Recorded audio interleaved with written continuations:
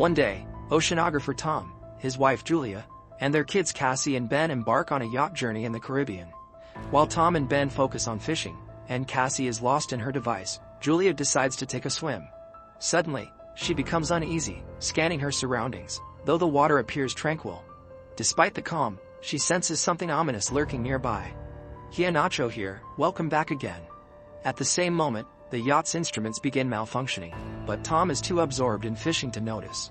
Julia's fear escalates, and she starts struggling in the water. She yells for help, but her family remains unaware. The current seems to drag her farther from the boat. As the situation worsens, Tom finally catches her cries. Rushing to the controls, he steers the yacht toward Julia. He dives in, and with the children's help, they manage to rescue her and bring her back on board. Once she's safe, Tom scolds her for not alerting them before swimming, something he always insists on. Julia apologizes for her mistake and forgotten. Besides, the family has a reason to celebrate. Today is their son Ben's 13th birthday. Tom lights the candles on the cake and everyone congratulates Ben, who receives gifts, while Cassie takes a group photo of the happy family. At that moment, Cassie's boyfriend calls her. He asks her about the swim, but suddenly a sudden and intense storm begins in the background. Cassie is worried, but her boyfriend reassures her that he's safe. The connection cuts off. Cassie tells her parents about the storm on land, but then everyone feels some jolts, rushes to the deck, and sees massive whale carcasses surfacing around the yacht. Tom explains that sometimes whales get disoriented during storms, but these animals are pushing the yacht, threatening their safety. Tom dives into the water and soon returns aboard, injured. While trying to figure out what's going on, he cut himself on the propeller. Julia stitches up the cut on her husband's shoulder, and he explains that the yacht's shafts seem bent, likely from a tail strike. Now they're unlikely to be able to sail away.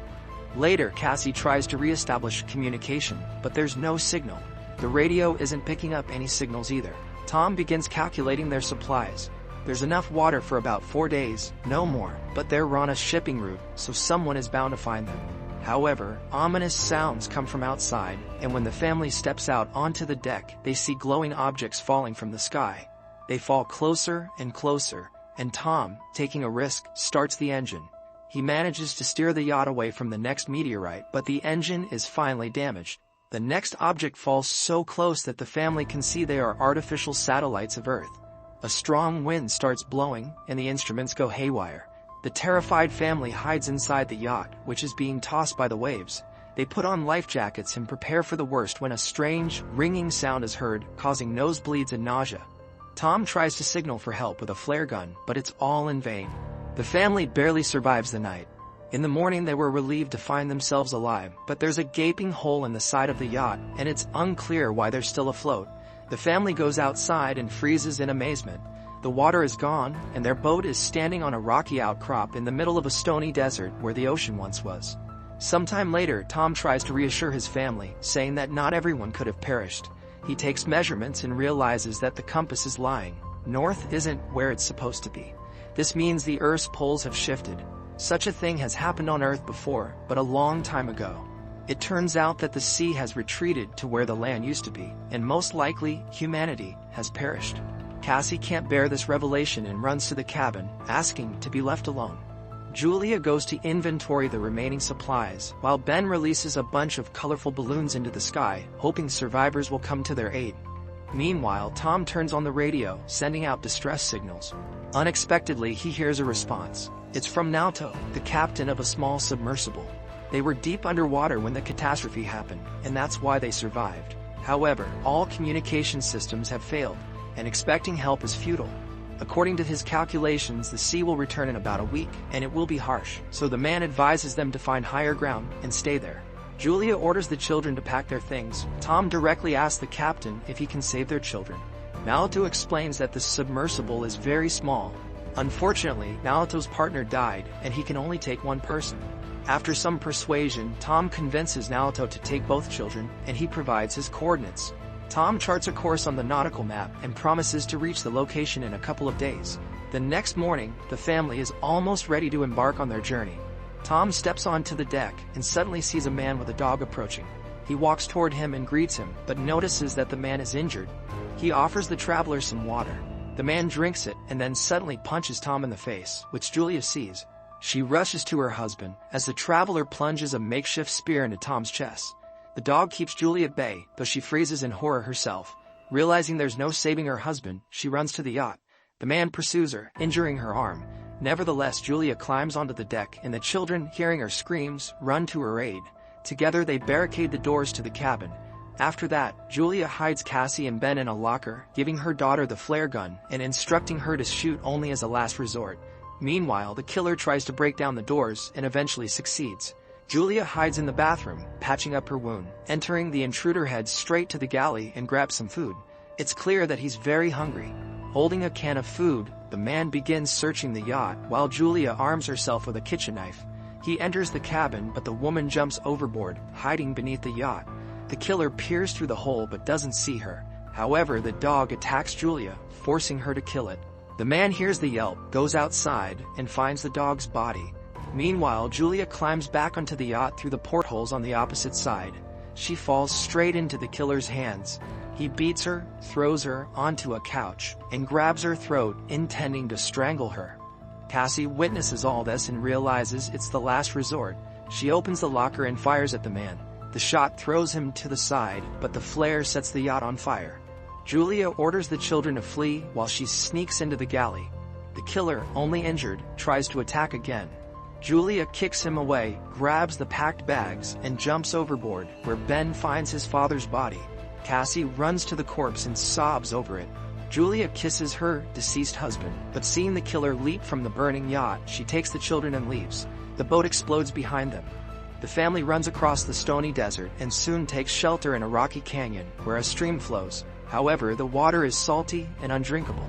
Cassie shares a small amount of water with her brother, but he refuses to drink. The boy feels guilty, believing the killer came because he saw the balloons. Cassie also voices this thought, but Julia orders her to stop and defends her son, explaining that he didn't mean any harm. She tells the children to gather themselves, as a long journey awaits, and then she spots the killer again, still relentlessly following their trail. The family hurries onward. That evening, Ben finds the carcass of a hammerhead shark and tries to butcher it, but Julia sees the pursuer and orders the children to run. They soon come across a field of once flooded toxic waste barrels, but Julia urges the children forward despite the threat of contamination, knowing the killer is still on their heels. The family walks along the former ocean floor, weaving through piles of plastic and other trash dumped by humans. Soon, Julia notices that Ben is severely dehydrated and gives him the last drops of water. Cassie has a breakdown, convinced that they have no chance of survival, but Julia commands them to keep moving. Eventually, they find the fuselage of a plane that crashed into the sea long ago and crawl inside to rest. Julia examines the last photo of their family and recounts the story of her first meeting with Tom, which happened at her hospital, where Tom was brought with decompression sickness after a failed dive. The children weep, remembering their father and saying their final goodbyes to him. At night, Cassie is awakened by a noise and steps outside to sit near the plane. Out of the darkness, the killer approaches her, unaware that the girl is acting as bait. As he prepares to grab her, Julia ambushes him, stabbing the man with a knife. At dawn, the family prepares to continue their journey, only to discover the killer's body has been scavenged. A sign that something even more dangerous than humans lurks in the desert. They move on. Julia consults the map when Ben suddenly rushes ahead. His mother yells for him to stop, but the boy sprints toward a salty puddle and manages to drink a few gulps. Julia drags him away, but the boy becomes sick. Soon they come across some plastic chairs and build a makeshift shelter from the sun, resting inside it. Suddenly, Julia hears strange sounds. She steps outside and sees something that forces her to wake the children. Realizing the new danger, they begin running. Soon they spot a large ship in the distance, surrounded by crashed containers and a few wandering people. Julia calls out to them, but they, seeing thousands of giant crabs, dash into a container and lock the doors, ignoring her pleas for help. The three climb onto a container, though the crabs manage to wound Julia in the leg. Nevertheless, Julia, Cassie, and Ben sit on top, watching the crabs penetrate through a crack in the doors, killing everyone inside despite the people's attempts to fend them off. Julia ties a scarf around her leg and passes out. The next morning, she wakes up alone, terrified, and calls for the children, but it turns out the crabs have moved on, and the children had gone down to search for food and weapons. Julia cauterizes her wound while Ben examines the found weapons. Searching through the containers, they find a small amount of food and water. In the pocket of one of the deceased, Julia finds a radio and contacts Nato. he responds, explaining that he was also attacked by deep-sea arthropods. Based on his observations, the sea will return soon, which is why the creatures have emerged. Julia begs him to save her children, but she's unsure where to go because she's lost the map. Naoto fires a flare. Ben sees the direction, and the family rushes toward it. Soon they see a yellow submarine in the distance, but reaching it is difficult due to the terrain of the former seabed. Cassie dislikes her mother's talk about saving the children, but Julia refuses to answer and pushes the family onward. They are forced to pass through a canyon contaminated with toxic waste. At one point they are caught in a rock slide, and Julia becomes separated from the children.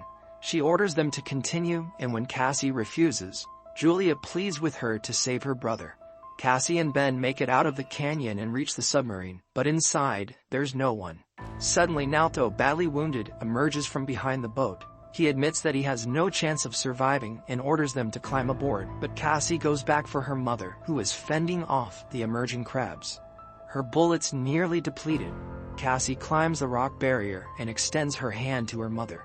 They manage to reach the submarine just as the crabs overrun Naoto, who dies in their claws. The family climbs aboard, and just then an ocean wave crests over the horizon. The water lifts the submarine and drags it across the rocks, and as Julia watches everything that happened over the past few days flash before her eyes, she passes out. When she awakens, she finds the vessel at a standstill. Julia opens the hatch, and the family emerges to find themselves in a ruined city carried there by the wave. Despite a great concept, the film failed to make an impact, largely due to the many mistakes made by its creators.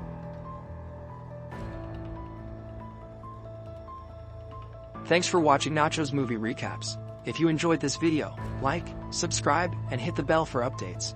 Share your thoughts or requests in the comments below. See you next time.